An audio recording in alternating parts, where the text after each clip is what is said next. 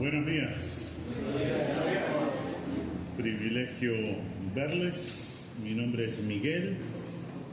Soy uruguayo de padres norteamericanos. Soy contador de profesión.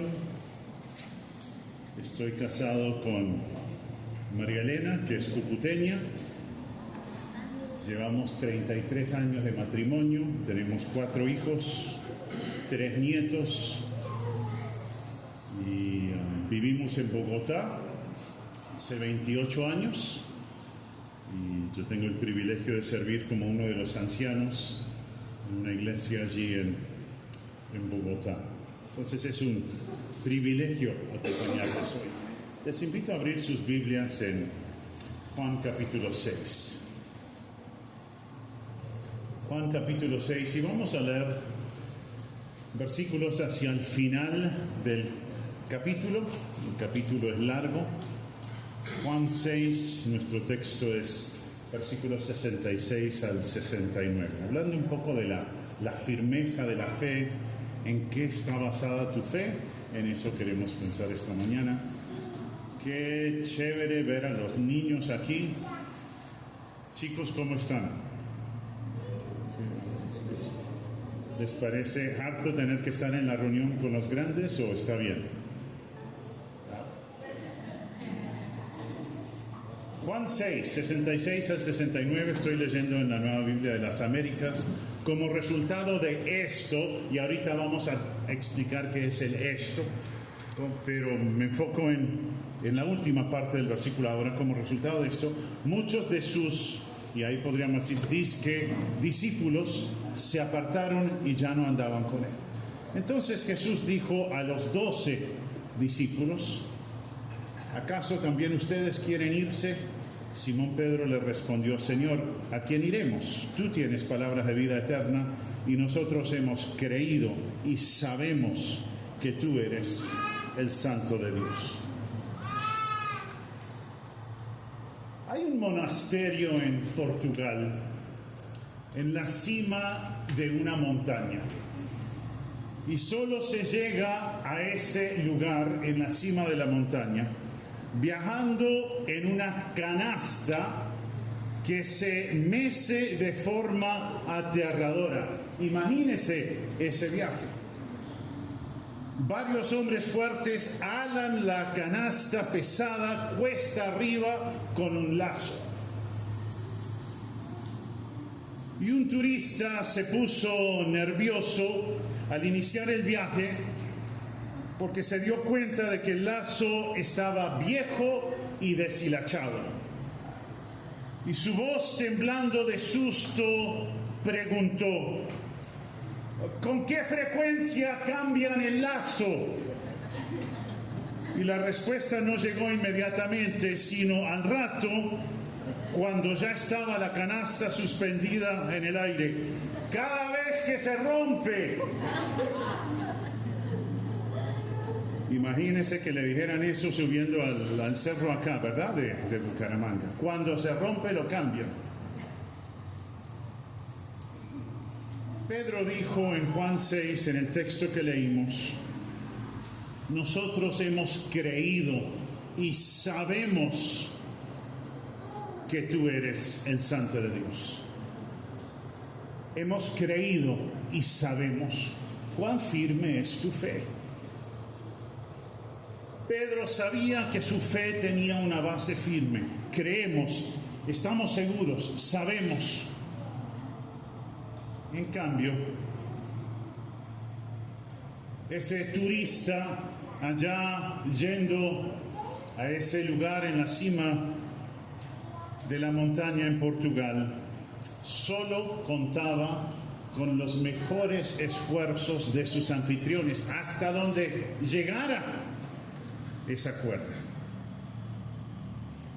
¿Cuán confiable es tu cuerda de salvamento? ¿Aguantará aquello en lo cual tú confías una tormenta fuerte?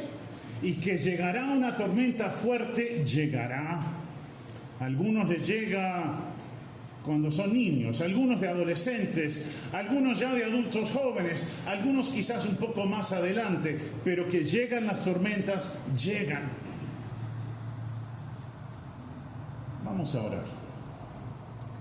Padre, ayúdanos a comprender, a recordar que el único digno de esperanza es Jesús. Que lo más importante es conocerte, amarte y seguirte. Gracias por el privilegio de poder considerar tu palabra y considerar el ejemplo de algunos que abandonaron y otros que se fortalecieron ante las dificultades. En el nombre de Jesús. Amén.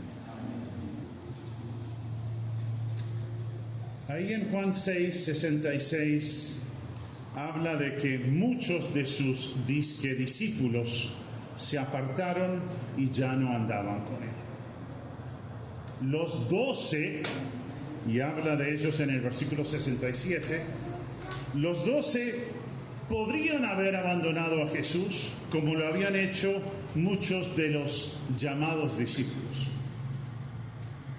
¿Por qué los 12 permanecieron? ¿Era solo cuestión de conveniencia? Pedro afirmó que la decisión de quedarse con el maestro era por conocimiento, era por convicción, era por seguridad. Se quedaban con él porque habían evaluado la evidencia. Decir, por la gracia de Dios estaré firme, no es orgullo ni es autoconfianza, es decir, estoy firme por la gracia de Dios y no por mí. No le tengas miedo a decir, por la gracia de Dios estoy firme. Dependo de Él, no de mis fuerzas. ¿Por qué sigues tú a Jesús? ¿Por qué no le abandonas? Necesitas una respuesta sólida a esa pregunta. ¿Por qué no abandonas a Jesús? ¿Por qué te quedas con Él? Necesitas una respuesta sólida porque en algún momento tu fe será fuertemente probada. ¿Has creído de verdad en Jesús? ¿Estás seguro que solo Él puede darte vida abundante y eterna? Nos puede sacudir, por ejemplo, el diagnóstico de una enfermedad terminal.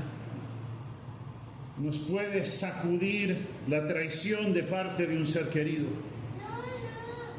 Nos pueden hacer tambalear la monotonía o el estrés del diario vivir. Tienes un soporte que te mantendrá a flote en medio de los momentos más difíciles. Juan 6 es un capítulo largo y en los primeros versículos leemos acerca de cómo Jesús alimentó a 5,000 varones y sus familias solo con 5 panes y 2 peces. Y Jesús obtuvo mucha popularidad, dice el versículo 15, que querían hacerle rey por la fuerza. Sin embargo, a Jesús no le seducía la fama, él sabía a lo que había venido al mundo. Él hizo algunas afirmaciones y nos dice el texto que eran difíciles de aceptar. A la gente le resultó muy extraño y la respuesta a esas afirmaciones difíciles sacaron a la luz lo que realmente había en el corazón de los que pretendían hacerle rey. Querían hacerle rey, pero al mismo tiempo no estaban tan seguros si querían que él reinara sobre ellos. Jesús dijo, por ejemplo, estoy en Juan 6, en el versículo 29, esa es la obra de Dios, que crean en el que ha enviado. Versículo 35, yo soy el pan de vida, el que viene a mí no tendrá hambre y el que cree en mí nunca tendrá sed. Versículo 40. Esta es la voluntad de mi Padre, que todo aquel que ve al Hijo y cree en Él tenga vida eterna, y yo mismo lo resucitaré en el día final. Versículo 47. En verdad les digo, el que cree tiene vida eterna. Dichos difíciles. Los judíos pensaban que solo por ser judíos tenían la vida eterna asegurada. Decir que la fe en Jesús es una condición para la salvación ofendió a algunos. También les chocó a muchos su afirmación de que nadie puede ser salvo a no ser que el Padre le otorgue la capacidad de creer. Versículo 44.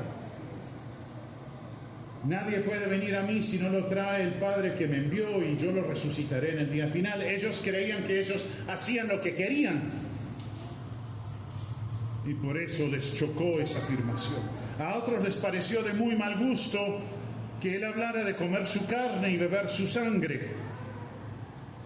Versículos 53 al 55. Jesús les dijo, en verdad les digo que si no comen la carne del Hijo del Hombre y beben su sangre, no tienen vida en ustedes. El que come mi carne y bebe mi sangre tiene vida eterna, y yo lo resucitaré en el día final, porque mi carne es verdadera comida y mi sangre es verdadera bebida. Jesús no estaba hablando de la cena del Señor, dicen algunos, pero no era el tiempo. El contexto es muy claro, que Él hablaba de la confianza en Él, de la fe que salva.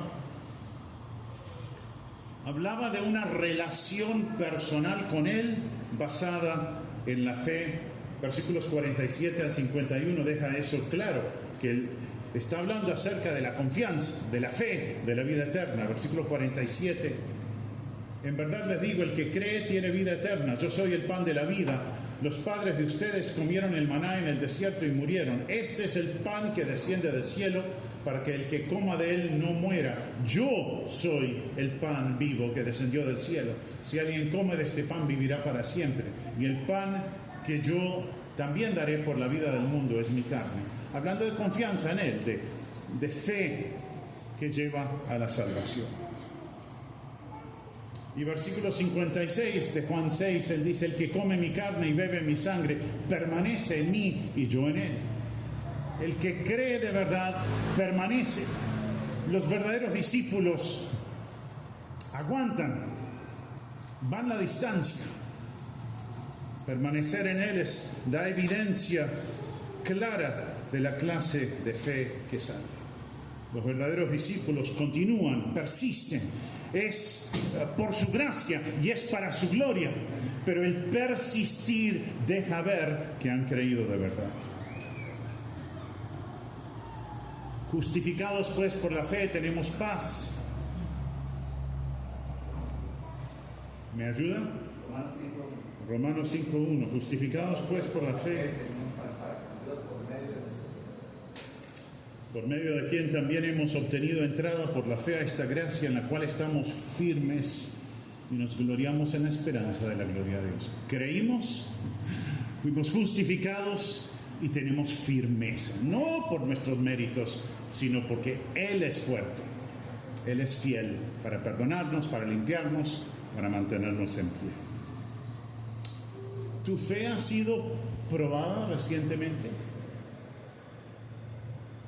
¿A qué o a quién acudiste en medio de esa dificultad? ¿Qué clase de discípulo eres? ¿De los del versículo 66 que abandonan o del versículo 67 los que permanecen? ¿Cómo respondes a los dichos difíciles de aceptar de Jesús?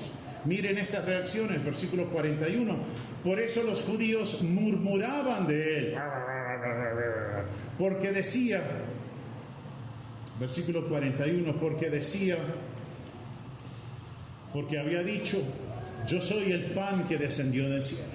Y no les parecía muy difícil. ¿Cómo así que Él, el que vino del cielo? Versículo 60. Por eso muchos de sus discípulos, cuando oyeron esto, dijeron, dura es esta declaración, ¿quién puede escucharla? ¿Cómo reaccionas a los dichos difíciles de aceptar de Jesús? Versículo 61. Pero Jesús, consciente de que sus discípulos murmuraban por esto, les dijo: ¿esto los escandaliza? ¿Los ofende? ¿Les parece muy difícil de aceptar? Y versículo 66, que ya lo leímos, como resultado de esto, muchos de sus discípulos se apartaron y ya no andaban con él. ¿Te anima la realidad de que Él todo lo sabe? No hay nada que se le escape a Él. El Espíritu otorga vida, la salvación es obra de Él. Versículo 63. El Espíritu es el que da vida, la carne para nada aprovecha. Las palabras que yo les he hablado son espíritu y son vida. El Espíritu otorga vida, pero también es claro que cada persona es responsable por su respuesta a Cristo. El nuevo nacimiento es obra del Espíritu, pero el nuevo nacimiento también depende de una decisión que indican tus decisiones y tus reacciones acerca de lo que es más importante para ti. Toda decisión tiene consecuencias e implica algún grado de riesgo. Si voy por este lado, bueno, veo estas ventajas, pero también veo estas desventajas. Hacemos eso a cada rato, ¿verdad? En la hora pico en Bogotá, uno dice: espero el próximo Transmilenio, o me voy en el que tengo de frente, que está repleto, porque el que sigue va a estar igual de repleto. ¿Eso pasa con el transporte público en Bucaramanga también, o solamente en Bogotá? ¿No tanto? Ah, bueno, quédense aquí donde están, que están bien entonces.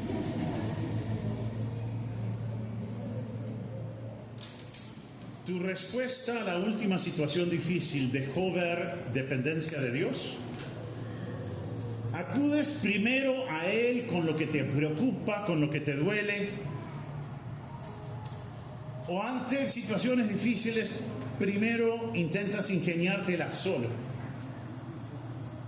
¿Oras por tus familiares y amigos que conocen la verdad, pero rehúsan creer en Jesús? El juicio será muy terrible para quienes le dicen no a la oferta de salvación que Jesús les hace. Versículo 64. Pero hay algunos de ustedes que no creen, porque Jesús sabía desde el principio quiénes eran los que no creían y quién era el que lo iba a traicionar. Oras a diario por tus familiares inconversos. Varios de mis hermanos conocen la verdad, mis hermanos de sangre, pero han rehusado creer en Jesús. O dijeron en un tiempo que creían y ahora dicen que ya no. Piensa en algo que te está quitando el sueño. ¿Hay algo que te está quitando el sueño? Que no te deja dormir o te despierta. Probablemente sea un aspecto en el cual debes depender más de Dios. Si hay algo que me atormenta, si hay algo que no me deja dormir, esa es una buena indicación de que es un área que no he entregado completamente a Dios.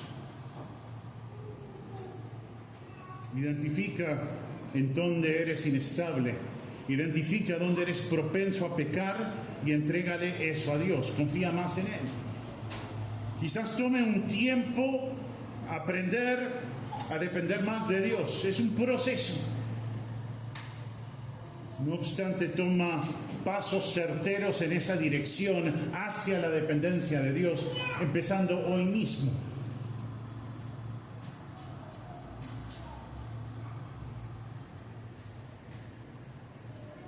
Es cierto que no tendrás firmeza, no darás fruto a no ser que Dios obre en tu vida. Versículo 65. También decía: por eso les he dicho que nadie puede venir a mí si no se lo ha concedido el Padre. A no ser que Dios esté obrando en ti, tú no vas a dar fruto.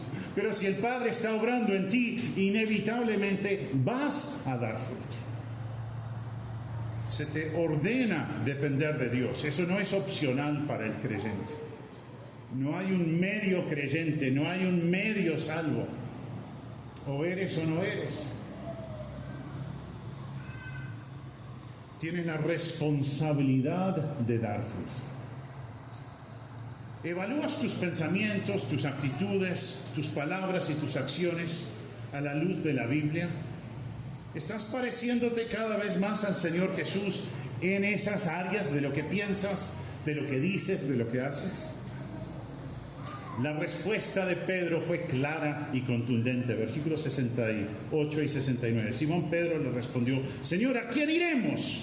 Tú tienes palabras de vida eterna, y nosotros hemos creído y sabemos que tú eres el Santo de Dios. Una respuesta clara y contundente. Jesús es diferente a todos los demás. Nadie se le parece. Contrario al supuesto pluralismo del siglo XXI, donde se dice que con tal de que tú lo creas es cierto, porque es cierto para ti. Aunque la verdad es que esta sociedad está más polarizada que nunca. El ser más abiertos, disque abiertos, no nos ha llevado a tener más armonía, sino más distanciados que nunca estamos. La realidad bíblica es igual de absoluta e incambiable como la ciencia o la matemática. Dicen que hay cosas ciertas como la ciencia o la matemática, y hay cosas que dependen de lo que piense cada uno, como la fe y la religión. No es así. La verdad de Dios es tan confiable, tan incambiable como la ciencia o la matemática. Si lo que dijo Jesús acerca de la salvación es la verdad, todos los que intentan llegar a Dios por otro medio están perdidos. No es que hay un Dios para los colombianos y otro para los que viven en la Colchinchina. Así como no se puede caminar en dos direcciones al mismo tiempo, es imposible depender completamente de Dios si a la vez confiamos en nosotros, si a la vez confiamos en nuestros recursos. Si confiamos en cualquier cosa, además de Jesús o aparte de Jesús, para navegar exitosamente por este mundo, no tenemos la clase de confianza en Dios que Jesús enseñó que salva. Lo que es cierto en cuanto a la salvación, también no es cierto en cuanto a la santificación. No puedo depender de mí y también de Dios al mismo tiempo. Para vivir correctamente necesito depender más de Dios. Quiero hablar un poco acerca de la verdad. ¿Cómo sabemos lo que es cierto? Porque así como Pilato preguntó, ¿y qué es la verdad? Hoy en día la gente se pregunta, ¿cómo podemos saber cuál es la verdad? Entonces, algunos aspectos de la verdad. La verdad es exclusiva. No todas las vías llevan a Bogotá. Mis suegros viven en Cúcuta. Y más que una vez he venido a Bucaramanga y para salir a Cúcuta digo, ¿cuál es la vía? ¿Voy para Bogotá o voy para Cúcuta? El bus que va directo a Medellín desde Bucaramanga no pasa por Leticia, ¿verdad? De muy directo no tendría nada, ¿verdad? No puedo amar como esposa a María Elena y al mismo tiempo tener esa clase de amor por otra mujer. El amor de esposo es exclusivo, así como la verdad es exclusiva. Aceptar que Jesús es el único camino a Dios implica rechazar las demás creencias. Las diferentes religiones del mundo no pueden ser igualmente correctas. Mucha gente hoy en día cree que todas las creencias, todas las ideas en cuanto a Dios son en esencia lo mismo. Tú crees en ese Dios, yo creo en otro Dios.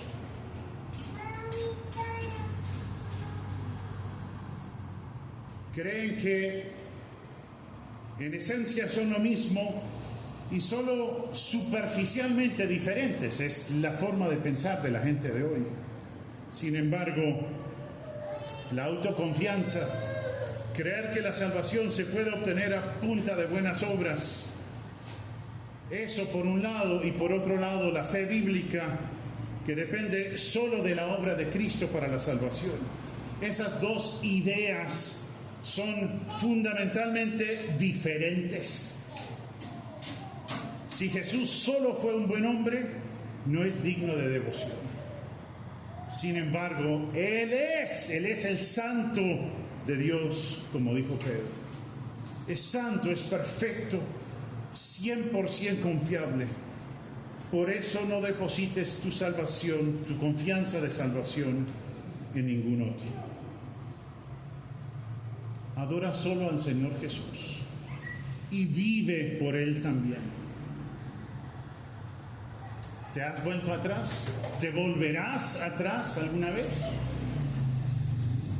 Yo creo que por la gracia de Dios podemos decir, no me he vuelto atrás y confío que no me volveré atrás, porque estoy convencido de que solo Jesús me puede salvar.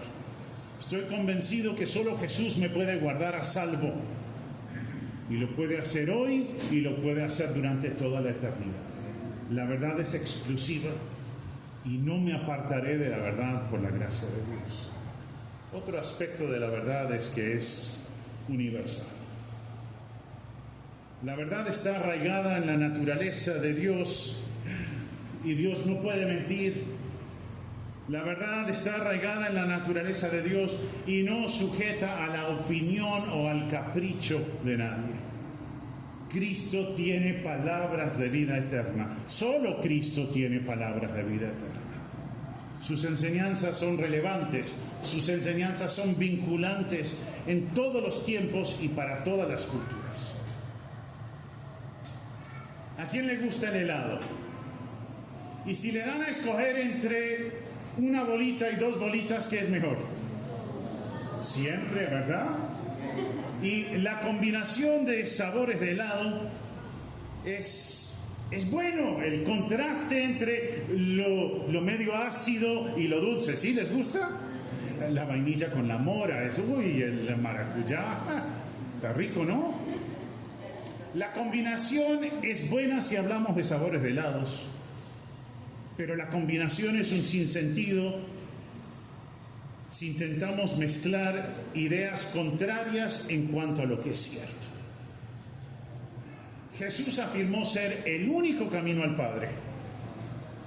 Jesús afirmó ser la verdad que todo el mundo debe creer. Jesús afirmó ser el único que otorga vida.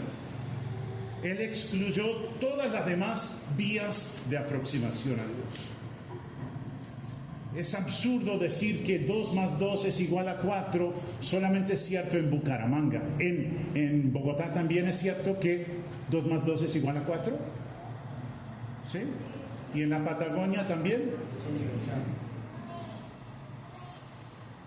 Es obvio que la misma matemática aplica en todo el mundo, que la matemática es inmune al cambio debido al trasfondo cultural o religioso de la gente. Es un sinsentido igual decir hay una religión para ellos o hay una aproximación para ellos y otra aproximación para nosotros que somos de esta cultura.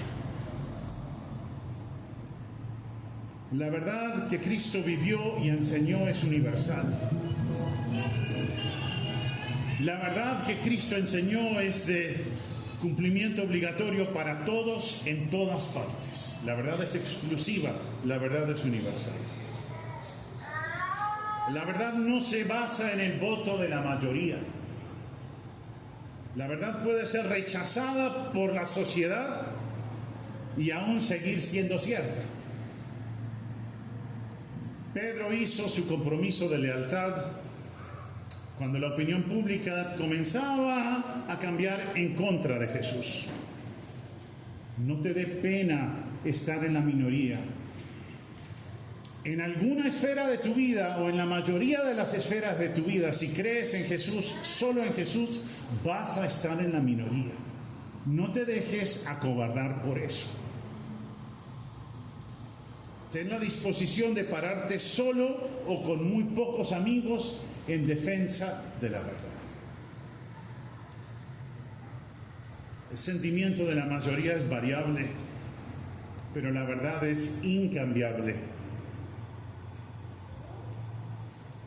Te animo a decir con confianza, con seguridad, no me he vuelto atrás y no lo haré, porque estoy convencido que todo el mundo necesita conocer a Jesús y creer en Él. Y no hay otra forma, no hay otro nombre en el cual podamos ser salvos.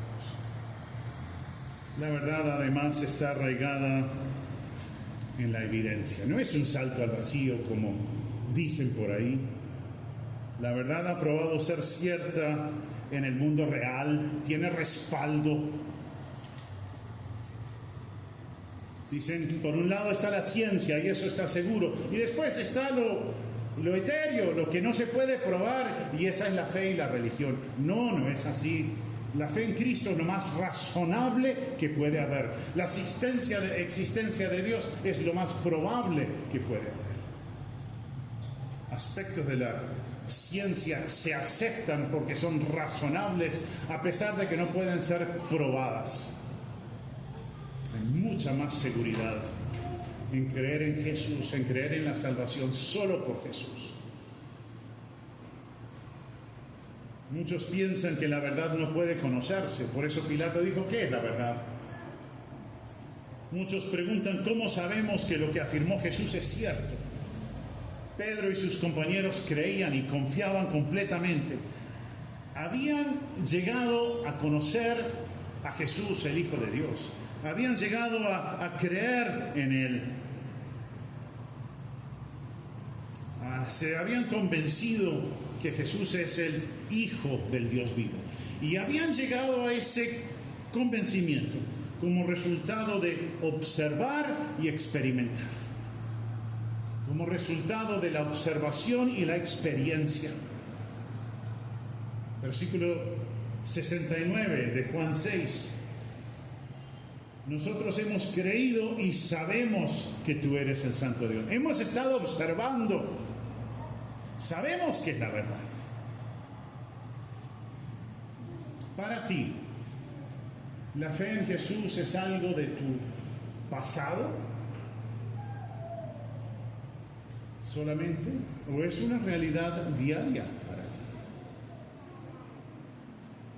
La fe bíblica no es cuestión de cerrar los ojos y esperar el mejor resultado. Como cuando digo, ¿cómo le fue al Bucaramanga en el campeonato? ¿Bien o...? A medias. A medias. La fe no es como decir, pero el año entrante vamos a salir campeones. Yo tengo fe. La fe bíblica no es así. Pero espero que salgan campeones, claro. Pero la fe bíblica no es así.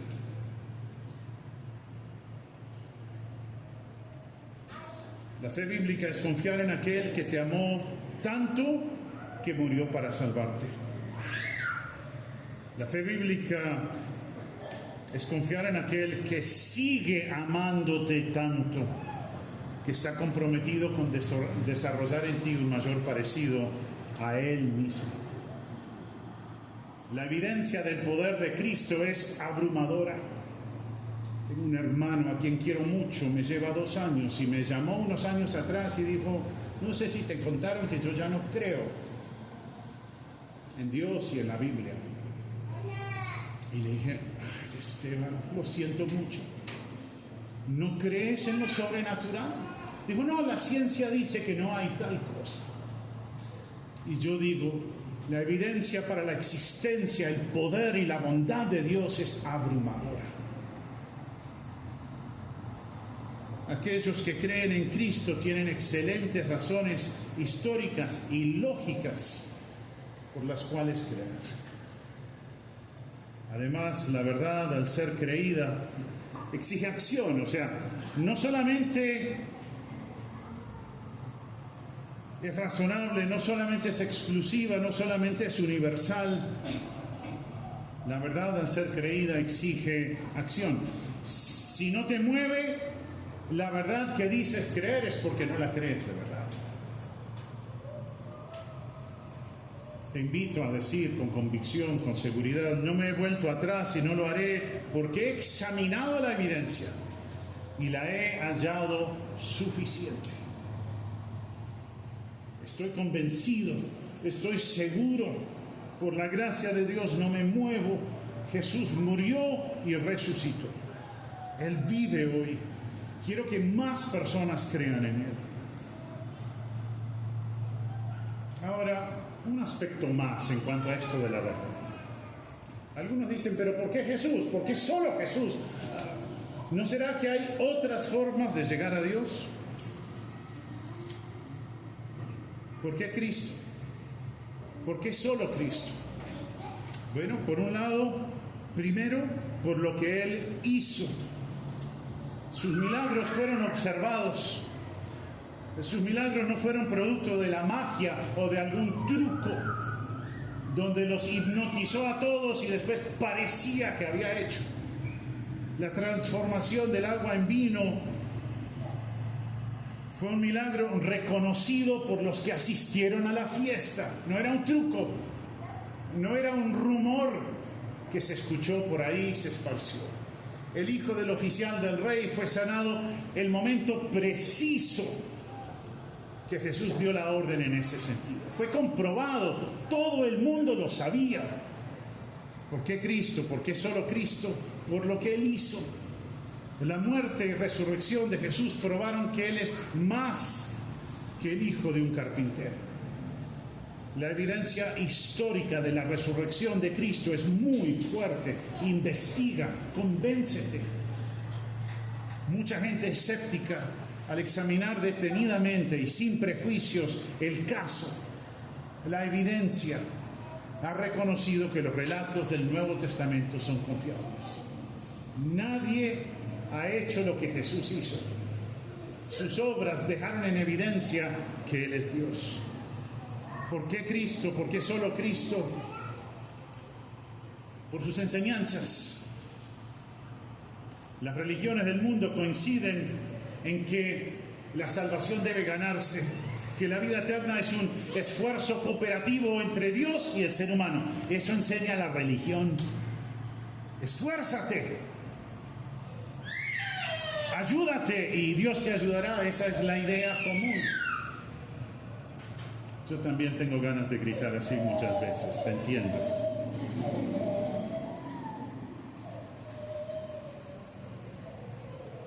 A diferencia del budismo, del hinduismo, del islamismo y algunos que se dicen cristianos, el cristianismo bíblico enseña que la salvación es un regalo para todo aquel que cree en Jesús. Jesús dijo en Juan 5:24, de cierto os digo, el que oye mi palabra y crea al que me envió, tiene vida eterna y no vendrá condenación, mas ha pasado de la muerte a la vida. Es gratis la salvación. Es gratis porque Cristo, que nunca pecó, pagó la pena del pecado. Cristo pagó esa pena, ese costo del pecado al derramar su sangre en la cruz y al resucitar. Las enseñanzas de Jesús dejaron en claro que Él es Dios. Si la salvación no fuera un regalo, sería imposible obtenerla. Imposible obtenerla si no fuera gratis, dado que aún el mejor ser humano se queda corto de la medida de Dios, y la medida de Dios es la santidad, la perfección. Ninguna acción nuestra nos puede hacer dignos de la gracia de Dios. Ninguna acción nuestra puede aportar méritos para la salvación. Digamos que la salvación dependiera 95% de Dios y 5% de nosotros, un poquitico nomás. 5% solamente del esfuerzo humano. Si fuera así, nunca podríamos estar seguros de haber cumplido nuestra parte. Porque ¿cuál es el 5? No, gracias a Dios que de Él depende el 100. La vida eterna, así como la capacidad de vivir bien, la capacidad de obedecer a Dios, la capacidad de crecer en santidad, es un regalo de Dios. La gracia divina, el favor inmerecido de Dios, se otorga a todo aquel que tiene fe solo en Jesús, no en sus méritos, no en sus capacidades, no en su bondad, solo en Jesús. La única esperanza de salvación para un pecador está en recibir como un regalo la bondad de Dios. No soy yo, dijo Pablo, sino Cristo en mí. ¿Crees en Él? ¿Depende solo de Cristo para tu salvación eterna? ¿Por qué Cristo? ¿Por qué solo Cristo? También debido a quien Cristo dijo ser. Cristo es único. Él dijo, soy el pan de la vida, el que cree en mí, el que come, el que acepta mi persona, nunca tendrá sed. Soy el agua de la vida, soy la resurrección y la vida. Soy el único camino, la única verdad, la única vida. Jesús es Dios, el único que puede otorgar vida eterna. Entonces, ¿tu fe es firme? ¿Tu relación con Cristo ha crecido? Es vital que tengas una relación en crecimiento con el Señor para estar firme en medio de la peor tormenta. No es tratar de ser fuerte o invencible. Es más bien cuestión de depender más de Dios. ¿Se acuerdan cuando Dios estaba entregando los mandamientos? Él habló de ser santos y la gente respondió diciendo, no problem, no, tranquilo, sí, nosotros vamos a cumplirlas toditas. Y al rato, ¿qué pasó? Recogiendo ofrenda para el becerro de oro. Pedro, el mismo Pedro que dijo esa verdad de Juan capítulo 6, el mismo Pedro acertó al afirmar que Jesús es Dios y al rato cedió al pecado cuando negó siquiera conocer a Jesús. Entonces podemos creer, estar firmes y caer. ¿Les ha pasado alguna vez? Esa ya me la sé. Me acuerdo una vez que dijimos que íbamos a enseñar en la asamblea la carta a los romanos y alguien, ¡ay, este romano! Yo ya me lo estudié.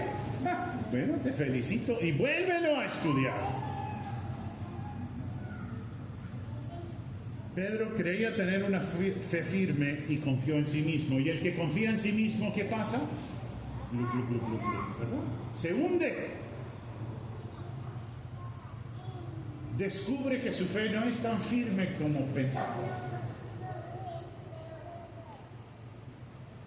Conozco a muchos hombres que al parecer creían la verdad, pero al tiempo cayeron. Entonces, cuando hablo de firmeza es porque tengo mucha gente conocida que algún día pensó tener una fe firme y cayeron. Estoy leyendo un buen libro sobre el servicio en la iglesia y hace la afirmación y con encuestas al respecto de los que estaban siguiendo fielmente al Señor a los 20 años, a los 65, 1 en 10 es la estadística. Ojalá no sea ese el caso entre nosotros, pero es peligroso. Y el que piense estar firme, pilas que no caiga.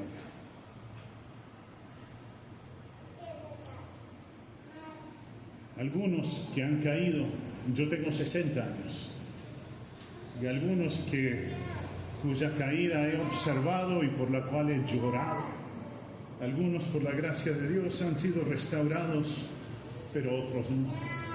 ¿Tú puedes estar seguro que no caerás? ¿Es eso orgullo? Bueno, podría serlo si confías en ti mismo. Pero si confías para tu firmeza en el Señor Jesús, no es orgullo. Unos años atrás, era como un viernes o sábado por la noche. Había sido una semana difícil para Marielena y para mí. A comienzos de la semana, un buen amigo se descubrió que estaba viviendo una vida doble. A mitad de la semana, otro buen amigo nos enteramos que había caído. Y esa noche, un viernes por la noche, otra llamada y llorar. Y nos estábamos alistando para acostarnos y María Elena estaba pensativa.